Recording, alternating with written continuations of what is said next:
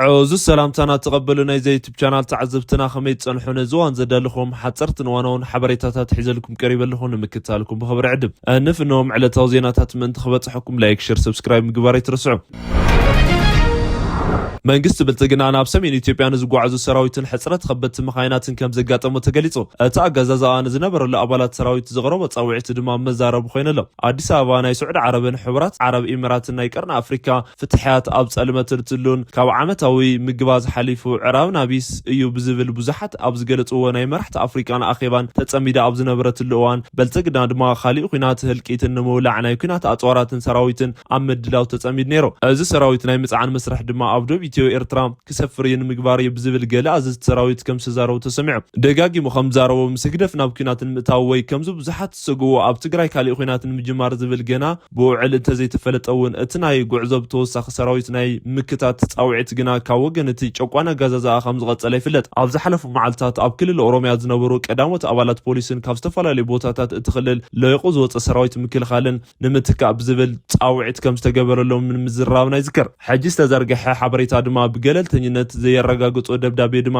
ቀደም ኣባላት ምክልኻል ሰራዊት ዝነበሩ ብዝተፈላለዩ ምኽንያታት ካብ ሰራዊት ዝወፁን እንደገና ንሰራዊት ንምግልጋል ድሌት ቁርጸኝነት እናሃለዎም ክሳብ ሕጂ ናይ ምላስ ዕድል ዘይረኸቡ ኣባላት ተመሊሶም ኣብ ሰራዊት ከገልግሉ ናይ ምዝገባ ምልክታ ኣውፂና ኣለና ይብል እዚ ሰራዊት ናብ ከባቢ ዶብ ናይ ምጽጋዕ ምንቅስቓስ ግና ብወገን ህግደፍ እውን ይካየድ ከም ዘሎ ዝተፈላለዩ ሓበሬታታት የመልክቶ ናይ ሰራዊትን ኣጽዋርን ናይ ምጽጋዕ ምንቅስቓስን ስዒቡ ድማ ኣብ ኢትዮጵያ ሕጽረት ከበድቲ መኻይናትን ብፍላይ ድማ ኣብ ንግዳዊ ስራሓት ኣብ ዝተዋፈሩ ሰባት ወገን ጸብጣብ መቅራቡ ተገሊጹ ብልጽግና ንመንእሰያት ተሃገር ብመጓዓዝያ ህዝቢ ኣውቶቡሳትን ከበድቲ መኻይናትን ብምጽዓን ናብ ሰሜን ኢትዮጵያ የጓዓዝ ከም ዘሎ ይፍለጥ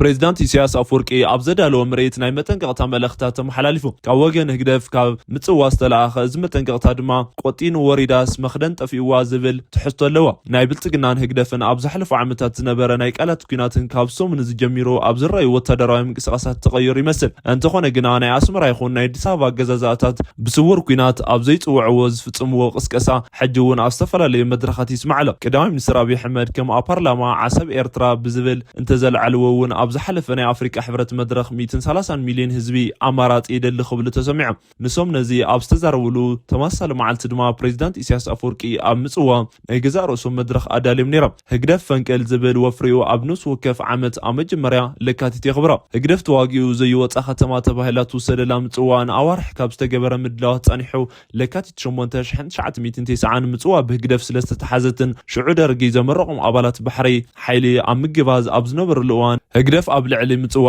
መጥቃዕቲ ተኸፊቱ ወፍር ፈንቅል ከም ዝፈጸመ ይፍለጥ ኢሳያስ ኣብ ንስ ወከፍ ዓመት ናብ ዝቦታ እዚ ናይ ዕምባባን ጎጎን ሒዞም ዝምለሱ ዝኾኑ ከለው ኣብ ዝሓለፈ ሰለስተ ክብረ በዓላት ድማ ዓሰብን ምጽዋን ዝሓትት ብዝብል ዝኸስዎ ቀዳማይ መጥቃዕቲ ኣጋሮምን ዝነበረ ብልጽግና ብቲያትር ዘፈራርሕዎ ነይሮም ኣብ ናይ ሎሚ ዓመት መደብን እውን ከም ቀደም ናይ መንእሰያት ህፃናትን ምርኢትን ነዳልዮም ተጠንቀቕ ናትካ ዘይኮነ ይሕተትን ዘለካ ኸይትስእን ወዘተ እናበሉ ክስምዑ ተራዮም ንገዛእ ጠመት ንውሽጥኻ ክበር ናትካ ዘይናትካ እዩ ዘለካ ሕፅር ባሕርን ተነዲሩ መን ይኹን ነው ሓሰትን ተመዲሩ ሓቂ ቀቲሉ ተጠንቀቕ ኣብ ገዛኻ እዚ ካብ ናይ ኢሳያስ ጀነራላት ስማዕ መልእኽቲ ናብ ገዛኻ ተመልከት ዝተዋሃበካ ክበር ናትካ ዘይኮነ ናትካ ይኾነን መን ኮነካ ተፈጥሮ ከይትቐይር ትፍትን ባሕረን ተፈንዲኡ መን ክኽእሎ ሓሰቱ ተፈንዲኡ ግና ሓቂ ቀትሎ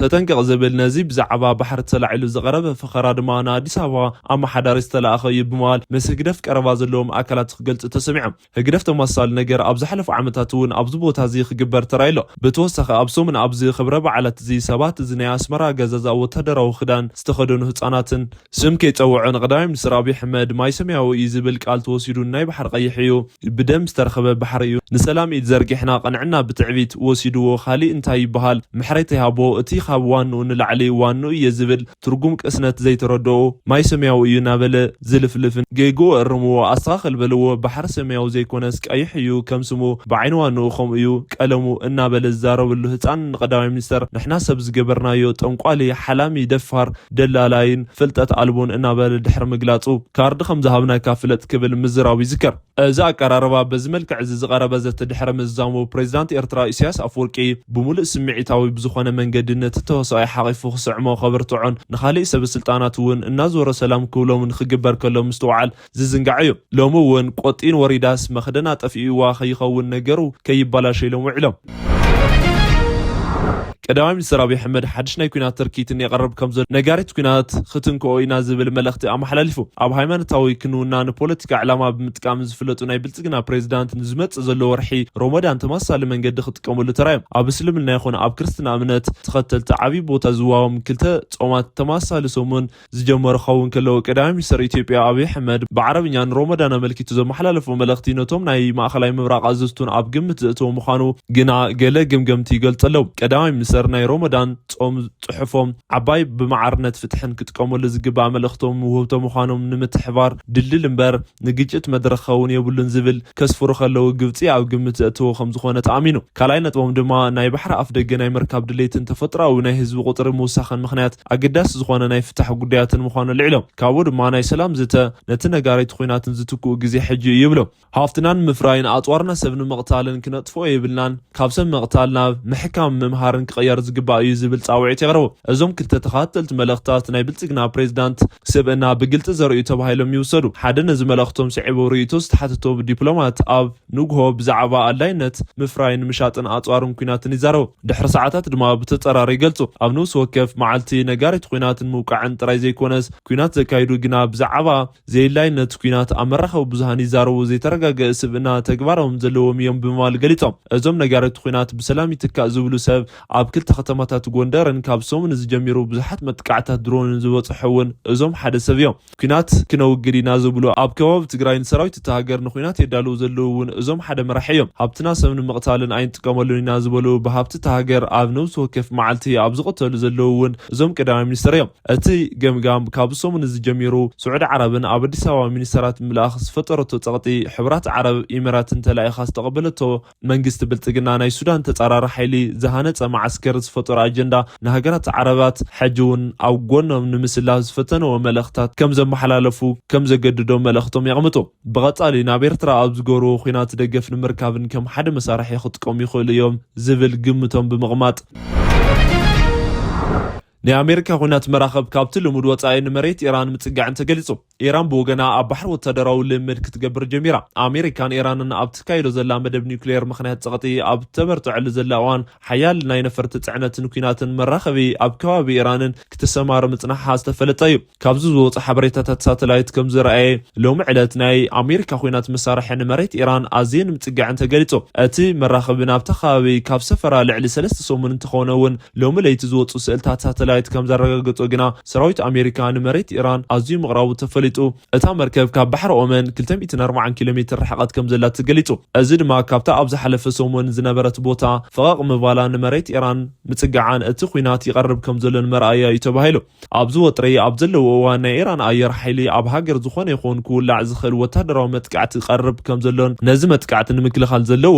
ድልውነት ንምፍታሕን ኣብ ተወሳኒ ዝኾነ ወሽመጥ ሆርሞዝን ልምድ ምጅማር ተሰሚዑ ኣሎ። እዚ ናይ ኢራን ወታደራዊ ልምድ ክካየድ ጀመረ ኣብ ሞንጎ ኣሜሪካን ኢራንን ካልኣይ ዙር ዝርብ ኣብ ጄኔቫ ስዊዘርላንድ ሎሚ ዕለት ክትካየድ ኣብ ዝተጸበየሉ እዋን እዩ። ናብ ጄኔቫ ንዝርብ ዝካየድ ምክትል ሚኒስትር ጉዳያት ወጻኢ ኢራን ኣባስ ኣርኬቺ ኢራን ንምፍራሕን ከምዘይ ትንበርከኽን ብምግላጽ ቁኑዕ ፍትሓውነት ሚዛናውነት ስምዕን ንጽበ ኢሎም ተዛሪቦም። እቲ ዝሓለፈ ዝርብ ክልቲአን ተጻራሪ ሃገራት ኣብቲ ናይ ቴህራንን መደብ ኒውክሌርን ዘለዎም ፍሊ ንምጽብጻብን ግጭት ንምውጋድን ዝተፈተናሉ እዩ ነይሩ። ናይ ኣሜሪካ ሰብ ስልጣናት ንሮይተርስ ከም ዝገለጽዎ ኣሜሪካ ካልኣይ ሓያል ናይ ኩናት መርከብን ናብቲ ዞባ ኣጽጊዓ ኣላ። እተን ሃገራት ኣብ ስምዕ እንተዘይበጺሐን ወታደራዊ ስጉምቲ ኣብ ሰሙን እዚ ክውሰድ ከም ዝኽእልን ዘረጋገጹ እዮም ኢሎም ኣለዉ። ሚኒስተር ጉዳያት ወጻኢ ኣሜሪካ ማርኮ ሩቢዮን ኣብ ጋዜጣዊ መግለጺኦም ፕሬዚዳንት ዶናልድ ትራምፕን ምርጫኦም ብዲፕሎማስያውን ብዝርብ ፍታሕን ምርካብ እዩ። ምስ ኢራን ካብ ስምዕ ምብጻሕ ኣዝዩ ኣጸጋሚ እዩ። ክሳብ ሕጂ ምስ ኢራን ዝተስማዕማዕናሉ ነገር የለን እንተኾነ ግና ክንፍትን ኢና ኢሎም። ኣሜሪካ ኣብ ልዕሊ ኢራን ስጉምቲ እንተወሲዳ ኢራን ብምላሹ ኣብ ማእኸላይ ምብራቕ ዝርከቡ ናይ ኣሜሪካ ወታደራዊ መደበራት ከም እትወቅዕ ጠንቂቓ ኣላ። ትማሊ ግና ኢራን ዝለስለሰ ኣቋማ ክትንጸባረቕ ኣምስያ። ምክትል ዳይሬክተር ቁጠባዊ ዲፕሎማስያዊ ሚኒስትር ጉዳያት ወጻኢ ኢራን ሓሚድ ጋንባሪ እቲ ስምምዕ ቀጻልነት ንክህልዎ ኣሜሪካ ብቁጠባዊ ተጠቃምነት ክትኸውን ኣለዋ። ኣሜሪካ ናይ ኢራን ንግዳውን ማዕድናትን እትጥቀመሉ መንገዲ ክትኸፍተልና እያ ኢሉ። بنداد معدن كمون بناء أيروكينات مسارح مجزاء استحلال خناي حوار دليلتن كم كفلي ناي تزرب كم زخونة تفلت له إيران مس أمريكا أبناء نيوكلير سمع مبتحا كلتين هاجرات بغطاء تتكامل تجبر من جدي ناي مختال عدل كم زلون حد دبلوماسيا وإيران تزاريهم أزد ما نا إيران معدنات نداد مسنا أمريكا خم زرب مغربا أمريكا نزوم نقدتات معدنات نتكامل من جد مخفات نا أمريكا مكلال نزبل كداي ملأختهم كم زخون تنجرو نزب قلت استقام وفتاويت أمريكا زخونة إسرائيل تغلاي منستر بينامين نتانيهو إيران بزي زخونة يخون زرب نهتي ذهبتهم التويرانيم كتوجد زي كونس ملو بملو نسال سايتهاجر كتركبن بزي إيرانيم كترفنا لوا أزنت زي خوين فتيم زرب ككايدي بلني لهم كوبرات تخاتلان لهم زد لنا يمر استوجدات أبزاز زمنا لنا لايك شير كومنت مقبار نشانل نازل لكم دقف مقلات كم زي ترسعنا بلنا بخالة تمثال حبري تخسر من الرخب سلام